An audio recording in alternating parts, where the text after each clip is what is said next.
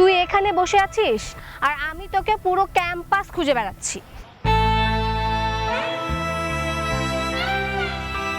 কি হয়েছে, তুই কাঁদছিস কেন?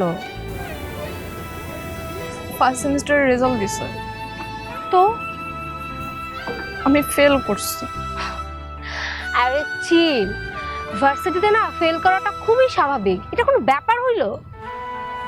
নর্মাল বিষয়। এখন এক্সট্রা সেমিস্টার ফি দেওয়া লাগবে, এতগুলো টাকা আমি কোত্থেকে ম্যানেজ করব?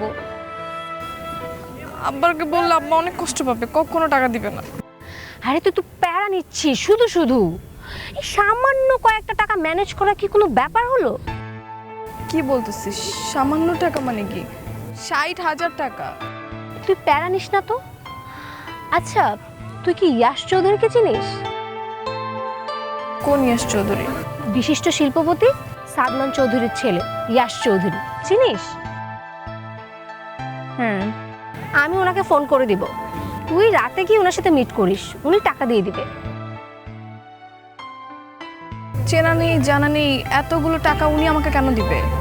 ওনারা হচ্ছে জনদরদি, আর বড় লোকরা এরকম মানুষকে উপকার করে আনন্দ পায়।